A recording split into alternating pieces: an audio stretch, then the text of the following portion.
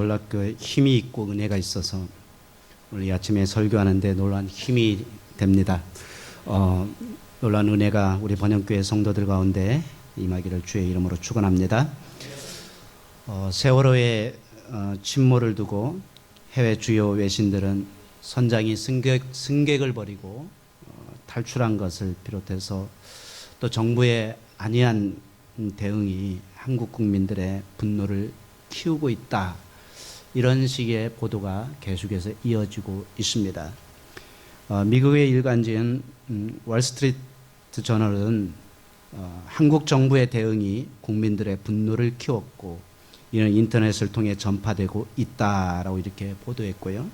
또 신문은 세월호 침몰이 현 정부의 위기관리 능력을 시험하고 있다라고 이렇게 평가를 하고 있습니다. 뉴욕타임즈는 세월호 이준석 선장이 승객을 버리고 탈출한 것은 곧 자랑스러운 전통을 더럽힌 것이라고 비난을 했고, 또 신문은 선장이 배를 포기한 것은 해양 전문가들 사이에서 충격적인 일로 받아들여지고 있다라고 이야기합니다. 그러면서 한국을 포함해 전 세계가 자랑스럽게 생각하는 선박운항 관리 전통을 더럽힌 행태라고 하면서 맹비난을 합니다. 포브스지도 그렇습니다. 제일 먼저 선장이 배에서 탈출한 것은 터무니없는 행동이었다. 세월호 참사는 한국 기업 총수들의 비겁한 리더십을 보여준 사건이었다라고 이렇게 이야기하고, CNN, ABC 방송도 다 그렇게 보도하고 있는데, 특별히 ABC 방송은 지난 2012년 코스타 콩코르디아호 사건 때 선장이 승객을 버리고 먼저 탈출했다면서 선장은 배와 승객의 안전에 대해 책임이 있다라고 이렇게 강조를 하고 있습니다. 그리고 사고 당시 선장인 프란체스코 스케티노는 승객 300명을 버리고 혼자 먼저 탈출함으로 인해서 징역 2697년을 구형받은 상태다라고 하면서 이런 보도도 하고 있습니다. 여러분, 많은 사회 지도자들이, 리더라는 급에 서 있는 수장들이 누릴 수 있는 자리는 반드시 지키려고 하고 있고요. 또 자기가 반대로 죽을 것 같으면 다른 사람을 대신 죽음으로 내모는 것, 이런 리더의 형태는 정말 비겁한 리더의 모습이다라고 저는 말씀을 드릴 수 있습니다. 위기적 상황 속에서 한 리더의 헌신과 희생이 있었더라면 수백 명의 생명을 살릴 수 있을 텐데, 비겁한 한 사람의 리더로 인해서 수많은 생명이 차가운 바닷물 속에 죽어가고 있습니다. 참으로 부끄럽기도 하고 한스럽기도 하고 애통할 수밖에 없는 그런 상황입니다. 리더십 전문가인 존 맥스웰의 이론에 보니까 지도자의 자질 10가지가 나옵니다. 그 10가지가 적극성, 섬기는 자세, 성장 가능성, 철저함, 충성스러움, 탄력성, 통전성, 거시적 안목, 절제력, 감사하는 자세, 이 10가지인데, 만약 이 선장에게 탄력성, 6번째로 문제가 생겼을 때 적절하게 대처할 수 있는 자질, 이것만 제대로 갖추고 있었더라면 수백의 생명을 그렇게 허망하게 보내지 아니하고 살릴 수 있을 텐데 라는 그 안타까움이 지금도 제 가슴속에 또 머릿속에 스쳐 지나가고 있습니다. 여러분들, 이 세상을 지배하는 두 가지 아주 중요한 법칙이 있습니다. 중요한 법칙이 있는데요. 첫째는 중력의 법칙입니다. 여러분들, 우리 학생들은 잘 알 겁니다. 모든 사물은 지구 중심을 향해 끌어당기는 힘이 있습니다. 이것이 바로 중력의 법칙인데요. 그래서 모든 물체는 위에서 아래로 떨어지게 되어 있습니다. 모든 물체는 지구에서 보면은 중력의 법칙이 작용하기 때문에 그렇습니다. 또 하나의 법칙이 있는데 그것은 이기심의 법칙입니다. 이기심의 법칙이요. 사람은 본성적으로 항상 자기 중심으로 모든 것을 끌어당긴다라는 것입니다. 돈, 명예, 인기, 이러한 모든 것들도 누구에게로 끌어당겨요? 자기에게로 끌어당겨요. 여러분들 미스 코리아 선발대에서 막 진선미 할 때 막 누가 되었으면 좋겠어요. 이렇게 옆에 언니가 되었으면 정말 좋겠어요 하면서 이렇게 하면서 방긋하시 웃으면서 막 인사하는 이거 다 거짓말이에요. 이거 믿지 마세요. 속에서는 뭐예요? 누가 되고 싶다? 너는 절대 될 수 없어. 네가 무슨 그 얼굴로 미스 코리아 진이 돼? 어림없는 소리. 나 정도는 돼야지. 사실은 그 내면은 그렇지 않다라는 것이죠.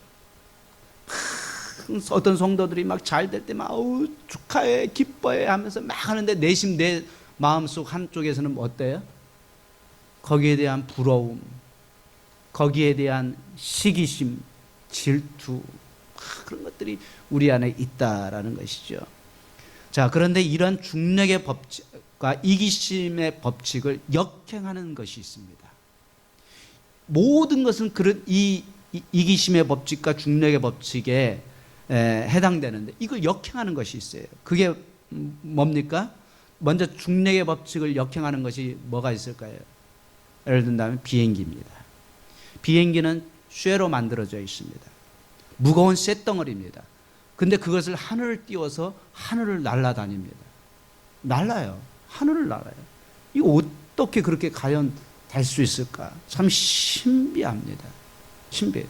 떨어져야 되는데 나르고 있다라는 것이죠. 그러면 두 번째로 이기심의 법칙을 역행하는, 거스르는 역행하는 것은 무엇일까요?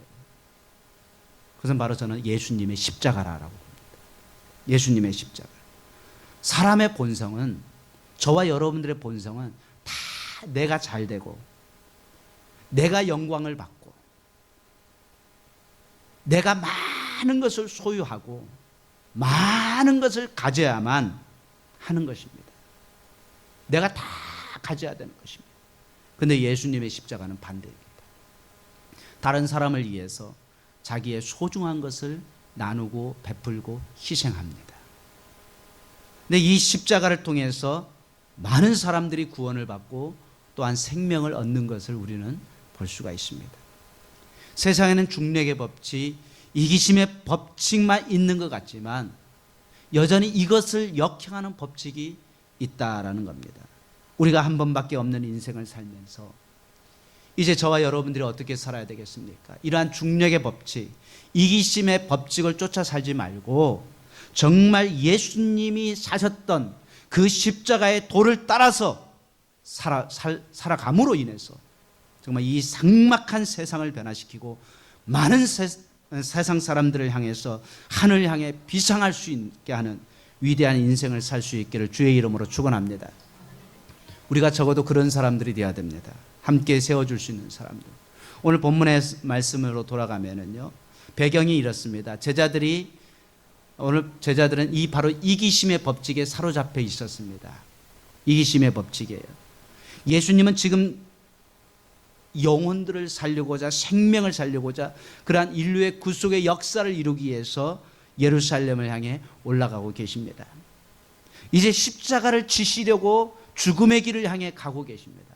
희생과 헌신의 길을, 지금 섬김의 길을, 모든 것을 나누어 주고자 가고 계십니다. 그런데 제자들은 서로 높은 자리에 앉기 위해서 인간적인 지금 꼼수를 쓰고 있는 겁니다. 인간적인 꼼수. 그 꼼수의 대표자가 누구입니까? 요한 꼼수, 야고보 꼼수. 요한과 야고보라는 이 두 형제가 꼼수를 부리기 시작합니다. 승리 형제는 끝나고 절대 도망가지 마시고 목사님 만나고 가시기 바랍니다. 예배 끝나고 가지 말고 반드시, 알았죠? 예. 두 형제가 꼼수를 부리고 있어요. 야고보 요한이라는 형제가 꼼수를 부리고 있단 말이에요. 찔리지 갑자기. 뜨끔하지. 이쯤 되면은 좀 이제 설교를 늦게쯤 들으면서 빨리 끝날 것 같다. 그리 아닌 줄로 믿습니다. 은혜를 사모해서 온 것만으로 저는 감사하고 참 기쁩니다. 자, 두 형제가 이 꼼수가 사실은 더욱더 이들이 꼼수를 부렸던 것은 뭐냐? 예수님이 이 두 형제와는 친척이거든. 친척벌이 되거든요. 친척벌이 되기 때문에 친척이라는 인맥을 이용해서 예수님께 지금 자리를 청탁하고 있는 거예요.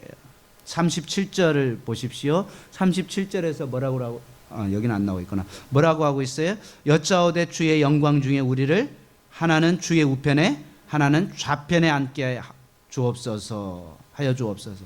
그들은 지금 예수님이 예루살렘에 올라가시게 되면 틀림없이 뭘 가지고 온다라는 것을 믿고 있어요. 정권을 창탈한다. 로마로의 압제로부터 해방시키면서 진정한 유대의 왕이 되는구나. 이야, 왕의 자리에 앉게 될 텐데, 이때 예수님 옆자리 좌우 영의정 좌의정 하나씩 부탁합니다. 주님. 기가 막힌 꼼수 아닙니까? 기가 막힌 생각이잖아요. 여러분들, 사람들이 왜 이 자리를 그렇게 탐할까요?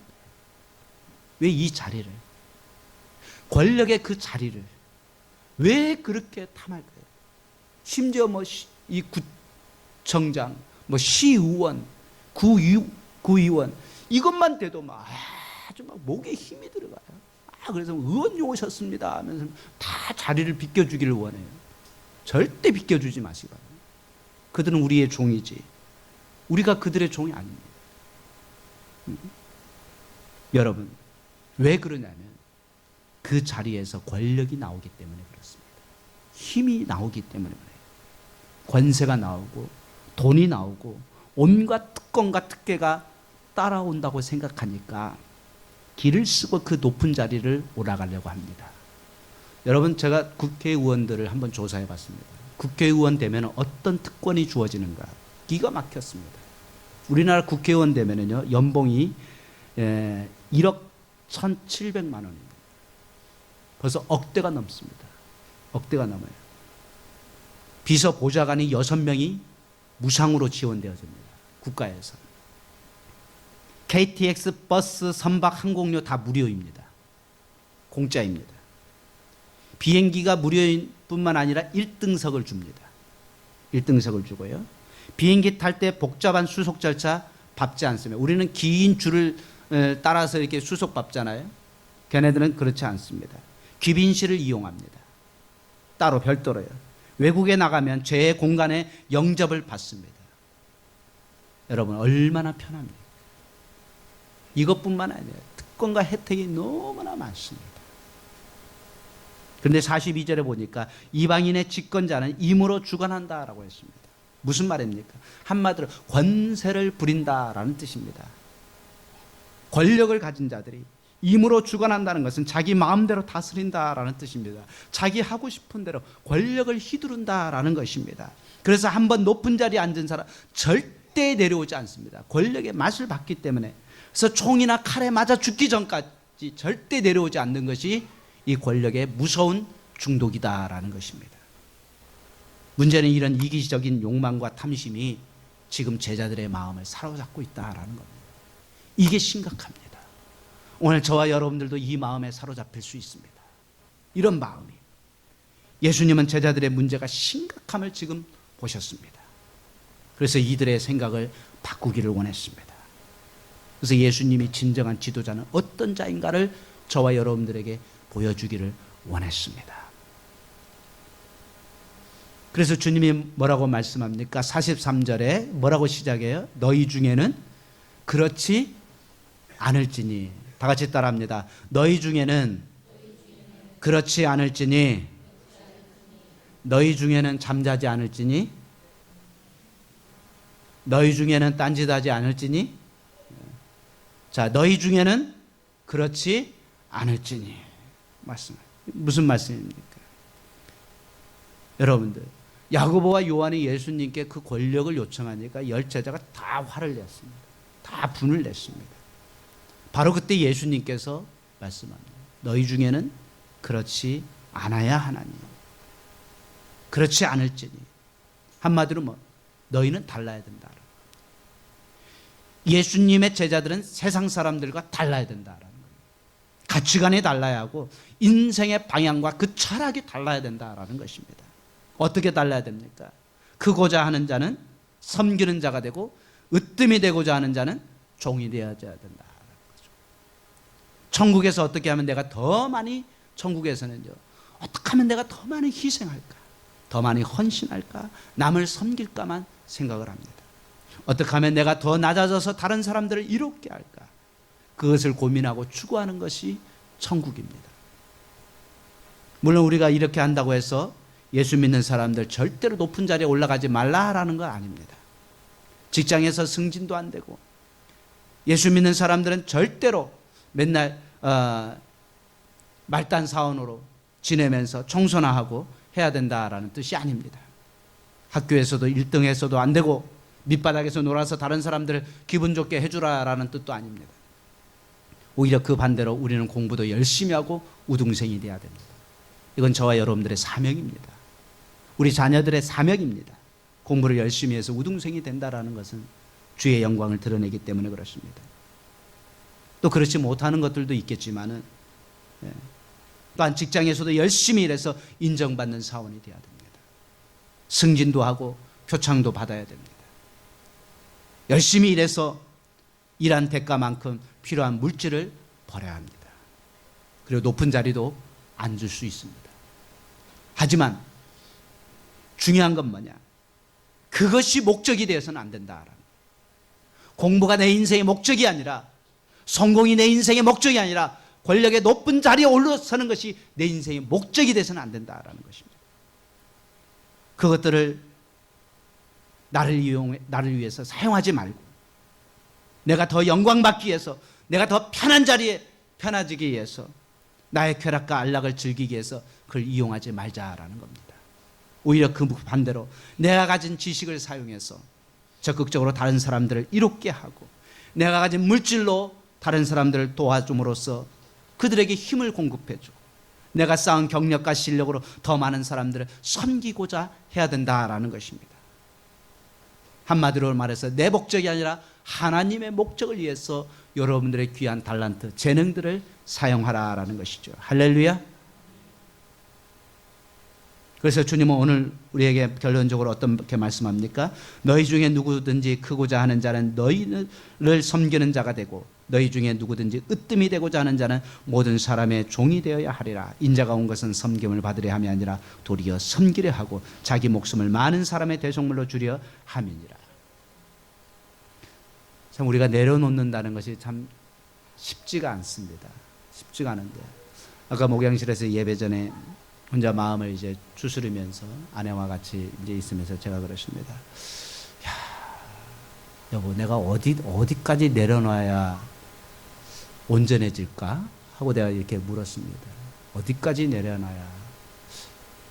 이제 더 이상 내려놓을 것도 없을 것 같은데, 주님은 나에게 어디까지를 더 원하실까? 하고 계속 질문을 던졌습니다. 아내도 대답을 못합니다. 답이 없기 때문에. 주님이 원하시는 때까지 우리는 내려놔야 됩니다. 모든 것을 계속해서 내려놔야 됩니다. 이게 쉬운 일은 결코 아닙니다. 근데 내려놓는다는 것이 뭘까요? 나를 비우고 비워진 내 속에 예수의 마음, 하나님의 것으로 가득 채우는 것이 내려놓음인 것입니다. 내려놓는다라고 하면서 나는 다 내려놨는데 아무것도 채워놓지 않으면 그건 내려놓은 것이 아니다라는 거예요. 주님의 것으로 내 속을, 내 영을, 내 가치를, 내 철학을, 나의 사고를, 나의 모든 것을 채워라, 바꾸라 라는 것입니다. 그래서 내가 비워지고 하나님으로 채워지는 삶이 바로 섬김의 시작입니다. 희생과 나눔의 시작이다라는 것이죠. 예수님이 가르쳐 주신 참다운 지도자의 길은 어떤 길입니까? 어떤 자입니까? 여러분들, 사람들은요, 대체로 자기의 유익한 길, 자기의 영광과 출세의 길을 위해서 누구보다 앞장서서 달려갑니다. 아마 여러분들도 마찬가지, 저도 마찬가지일 거예요. 그 출세하고 성공하는 길이 있다면 누구보다 앞장서서 달려갈 겁니다. 제가 달리기를 못하지만은 아마 그 길이 있다면 제일 먼저 달려갈 거예요. 그렇게 막 사생결단을 내면서 달려갈 것 같습니다. 근데 야고보와 요한과 같이 우리가 새치기하고 편법을 쓰고 청탁을 하기도 합니다. 그렇게 성공하고 일어서기 위해서, 그러나 힘들고 어려운 십자가를 지기 위해서 희생과 아픔, 심지어 죽음이 기다리고 있는데도 맨 앞에 선봉에 서서 나아가기란, 달려가기란 결코 쉽지가 않습니다. 퍼스트 펭귄 퍼스트 무버라는 책이 있습니다. 펭귄들이 낭떠러지 앞에, 한번 여러분들 그림을 그려보세요. 펭귄들이 낭떠러지 앞에, 그 절벽 앞에 서게 되면 감히 그들이 바다로 뛰어들지 못한답니다. 머뭇거리고 다들 무서워 덜덜덜 떨고 있대요. 떨고 있어요. 잘못 뛰어들었다가는 거기에 바다 표범이나 바다 맹수들에게 잡아먹히기 때문에 그렇습니다. 그 옆에 물속에서는, 바닷속에서는 그 맹수들이 그 펭귄들을 잡아먹으려고 지금 눈을 붉히고 지금 기다리고 있습니다. 그래서 다들 머뭇거리고 있습니다. 그때 어느 한 용감한 펭귄 한 마리가 앞장서 가감하게 바다에 뛰어든답니다. 아무 일이 없으면 다른 펭귄들이 안심하고 뒤따라 바다에 뛰어든다라는 것이죠. 그 용감한 펭귄, 바닷속에 위험이 도사리고 있고 자기를 해하는 자들이 있다라는 것을 알지만 앞장서서 바다에 뛰어들 수 있었던 이 퍼스트 펭귄 한 마리로 말미암아 그 뒤에 수많은 동료 펭귄들이 안심하고 갈 길을 가게 되어진다라는 것입니다. 이처럼 항상 새로운 역사 창조는 바로 한 사람이 앞장서서 그 위험을 무릅쓰고 달려가는 사람, 모험을 감행하는 사람, 십자가를 지는 사람을 통해서 이루어진다라는 사실입니다. 이 한 사람을 통해서. 그런 점에서 예수님은 퍼스트 펭귄이고 퍼스트 무버입니다. 자신이 예루살렘에 올라가면 수많은 바다 표범과 같은 맹수들이 기다리고 있다는 것을 예수님은 알고 계셨습니다. 그들은 자신을 능욕하고 물어뜯고 채찍질하고 십자가에 못 박아 죽일 것을 뻔히 알고 있었습니다. 그럼에도 불구하고 그 길이 저와 여러분들의 인생들을 구원으로 인도하는 유일한 길임을 아시기에, 또한 부활의 영광이 기다리고 있음을 아시기에 예수님은 기꺼이 그 길을 앞장서서 가셨던 것입니다. 예수님은 자신만 그 길을 가고자 하지 않았습니다. 예수님이 가셨던 그 길을 이제 제자들이 퍼스트 펭귄이 되어서 퍼스트 무버가 되어서 그렇게 주님의 길을 함께 따라와 주기를 원하십니다. 저와 여러분들이 바로 이 길을 걸어가기를 원하십니다. 내가 먼저 앞장서서 퍼스트 펭귄이 되기를 원하신다라는 것입니다. 겨우 예수님을 따라다니다가 귀에 봐서 출세하고자 하는 이러한 퍼스트 아부꾼들, 퍼스트 기회주의자들이 되지 말라라는 것입니다. 자신들이 주도적으로 십자가의 길을 가는 위대한 사명자요, 개척자요, 사명인이 되길 오늘 주님은 원하십니다. 이런 퍼스트 펭귄 무버가 되기 위해서 우리는 어떤 각오를 해야 됩니까? 38절에 보니까 주님이 이렇게 말씀합니다. 너희는 너희가 구하는 것을 알지 못하는도다. 내가 마시는 잔을 너희가 마실 수 있으며 내가 받는 세례를 너희가 받을 수 있느냐. 십자가의 길을 가는 자는 예수님이 마시는 잔과 예수님이 받으시는 세례를 받아야 된다라는 겁니다. 그러면 여기서 잔과 세례는 뭡니까, 여러분? 잔과 세례는 고난과 죽음을 이야기하고 있습니다. 고난과 죽음을요. 제자들은 지금 영광의 축배를 들 기대감에 부풀어 있었는데 예수님은 지금 고난의 길을 갈 각오를 하고 계십니다. 고난의 길을요. 여러분, 야고보와 요한이 그렇게 잘못 구했지만 역사적으로 보면 이들이 맹세한 대로 되었습니다. 야고보는 12 제자 중에서 가장 먼저 순교의 잔을 마셨습니다. 제일 먼저 순교예요. 퍼스트 펭귄이 되었죠. 무버가 되었습니다. 야고보는요. 요한은 반모섬에 유배되어서 죽을 때까지 채석장에서 돌을 깨는 노동을 하면서 주님의 계시를 받았습니다. 주님의 말씀을 받았습니다. 그들이 구한 대로 그들은 고난의 길을 갔습니다. 고난의 길을. 사랑하는 성도 여러분, 우리도 이 쓴 잔을 마시며 살아야 됩니다. 오늘 내가 마셔야 할 주님의 잔은 무엇입니까? 오늘 이 번영교회에서, 오늘 이 시대, 바로 이 시점에서 여러분들의 가정에서, 교회에서 마셔야 될 주님의 잔은 무엇입니까? 요즘 성도들의 신앙이 예전의 십자가 중심의 신앙이 되지 못합니다. 육신적으로 평안과 축복과 형통만을 추구하다 보니까 주를 위한 희생과 헌신과 감격이 사라져가고 있습니다. 기도하는 시간은 점점점 줄어들고 있습니다. 예배 드리는데 목숨을 걸지 못합니다. 피곤하고 힘들다라는 이유로 그렇게 주님 앞에 나오지 못합니다. 복음 전파는 어떻습니까? 우리가 진리에 대해 정말 목숨 걸고 전파하며 살아가고 있습니까? 교회 안에서 섬김과 희생은 점점점 사라져가고 있습니다. 옛날에 목사님이 경호야 하고 부르시면 저는 그게 그렇게 좋았습니다. 목사님한테 쏜살같이 달려가가지고 목사님 눈만 쳐다보고 있어요. 목사님 부르셨어요. 왜요? 무엇 시키시게요? 경호야 이거 해 저거 해. 그게 너무나 영광스럽고 너무나 기뻤고 행복했습니다. 그저 목사님에게 쓰임받는다는 기쁨이 너무나 컸습니다. 이 기쁨이 다시 회복할 수 있기를 주의 이름으로 축원합니다. 내가 이 교회를 위해서, 내가 주님 나라를 위해서 바로 이곳에서, 이것이 크든 작든 뭐 이것이 사람이 많든 적든 그게 무슨 상관이 있습니까? 내가 바로 이곳에서 벌써 펭귄이 되어지고 무모가 되어서 하나님 나라 영광에서 쓰임되고 있다면 그것이 영광이요, 그것이 은혜요, 그것이 축복이요, 그것이 형통인 줄로 믿습니다. 이 영광스러운 은혜의 자리에 우리가 놓여져 있는데 왜 머뭇거리십니까? 왜 머뭇거리십니까? 호남 기독교회사에 보면은 최흥종이라는 분이 계십니다. 이분은 광주의 유명한 깡패였습니다. 어느 날 목포에서 강주로 올라오는 포사이드 선교사의 길을 안내하는 일을 맡았답니다. 한 나병 환자가 지팡이를 의지해서 길을 가고 있는데, 힘겹게 걷고 있는데 최흥종은 그를 피해서 빨리 지나가고자 했답니다.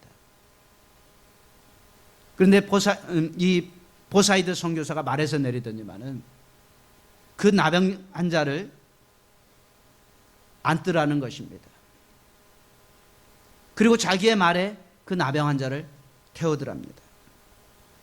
그때 환자가 손에 쥐고 있었던 지팡이를 떨어뜨렸습니다.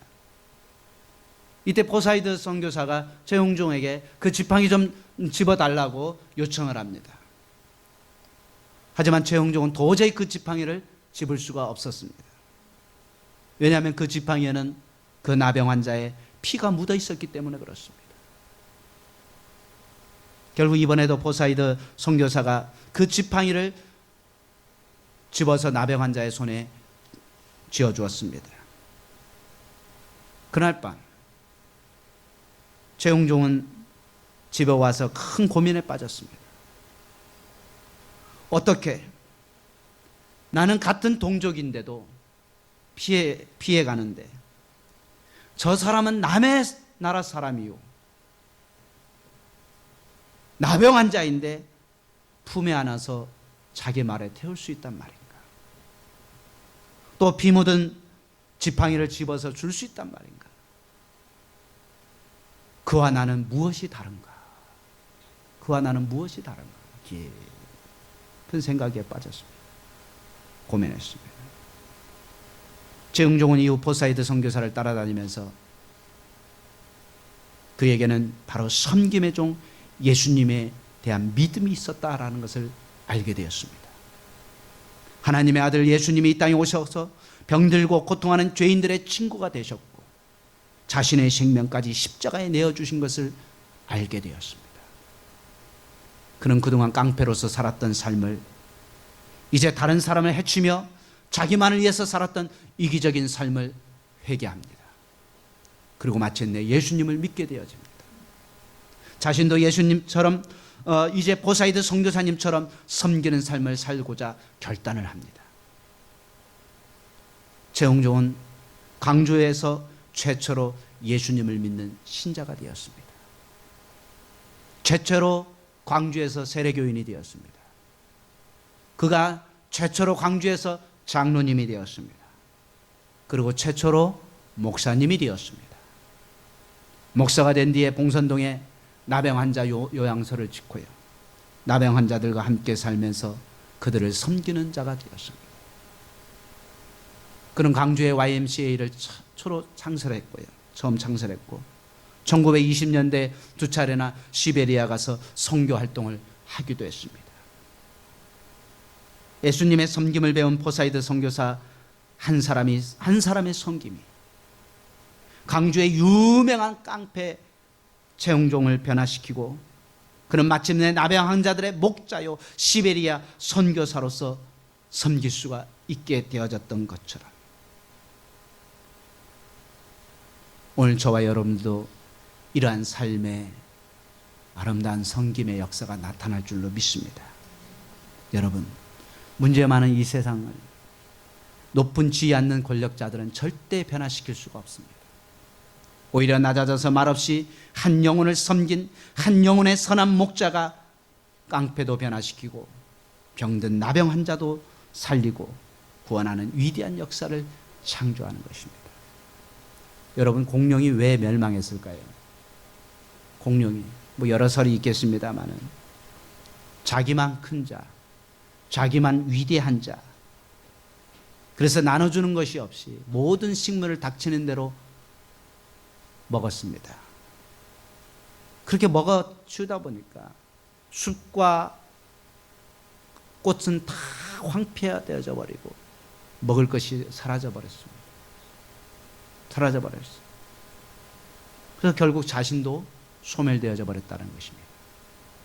하지만 곤충류들은 작지만 이곳저곳 다니면서 꿀도 먹지만 자신의 몸에 꽃가루를 묻혀서 다른 꽃에 수종을 시켜줌으로써 그 식물들을 더불어 번성시켜줍니다. 더불어 번성시켜줘요. 포유류도 마찬가지입니다.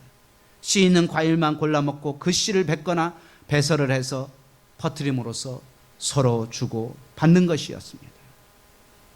이처럼 베품이 있고 섬김이 있으면 하찮은 동물도 하찮은 식물들도 서로 공존하며 오랫동안 사는데 욕심 때문에 혼자 독식하게 되면 공룡처럼 결국은 공멸하게 되고 말 것입니다. 영국 속담에 이런 말이 있습니다. 하루를 행복하려면 이발을 하라. 한 주일을 행복하려면 여행을 하라. 한 달을 행복하려면 집을 사라. 1년을 행복하려면 결혼을 하라. 평생을 행복하려면 이웃을 섬겨라. 섬김의 축복은 여러분들에게 평생의 행복을 가져다 주십니다. 여러분들의 평생, 여러분들의 한 사람이 교회에서 낮아져서 그 섬김의 자리로 들어가기 시작할 때 이 교회에는 새로운 생명이 싹트기 시작할 줄로 믿습니다. 섬기는 자의 원어를 보니까 일꾼, 협력자, 봉사자, 시중드는 자, 이런 의미도 있는데 그 중에서 분주히 먼지를 일으키며 다니는 자라는 의미가 저는 제일 마음에 들더라고요. 분주히 먼지를 일으키며 다니는 자. 정말 이곳저곳 열심히 최선을 다해서 봉사하고 섬기고 있다라는 것 아닙니까? 섬기는 리더의 본을 보여준 대표적인 모델은 바로 우리 예수님입니다. 예수님의 모습을 본받아 최선과 최고의 봉사를 아낌없이 쏟아붓는 일꾼들이 되어서 마지막 주님 오실 때 잘했다 칭찬받는 하나님의 사람들이 되시기를 주의 이름으로 축원합니다. 기도하시겠습니다. 두 눈을 감으시고요. 오늘 섬김의 리더십을 보여준 대표적인 모델은 예수님이십니다. 이 예수님이야말로 모든 사람들을 지배할 수 있는 분이셨습니다. 우주를 창조하시고 인간들을 만드신 분이시기 때문입니다. 그러나 예수님과 지배라는 단어는 어울리지 않습니다.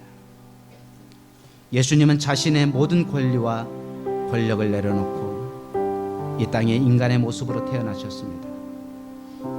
하늘에 갖는 영광을 포기하셨고 배고픔, 고단함, 슬픔, 외로움을 느끼며 육신의 고통을 감수해야만 했습니다. 그리고 십자가에서 스스로 죄인이 되어 인류의 죄를 짊어지시고 우리 대신 형벌을 받고 사형을 당하셨습니다. 사람들을 위해서 군림한 것이 아니라 스스로 종이 되어 사람들을 섬기며 사랑을 베풀었던 것입니다. 모든 권력을 내려놓고 종 대신 예수님의 리더십이야말로 가장 아름다운 리더십입니다.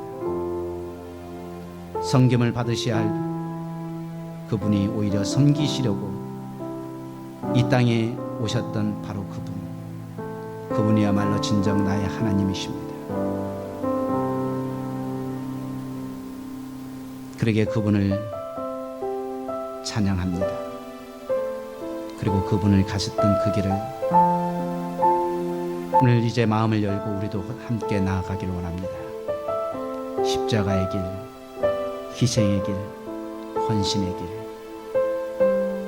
이제 퍼스트 펭귄과 무버가 되어서 주님, 이 교회에서 주님, 내가 앉아있는 이 자리에서 그렇게 나아가기를 원합니다. 나를 받아주시고 나의 결단과 드림을 주님 받아주시옵소서. 이렇게 쓰임될 수 있도록 은혜 더해 주님 믿사옵고 예수님 이름으로 감사하며 기도합나이다. 아멘.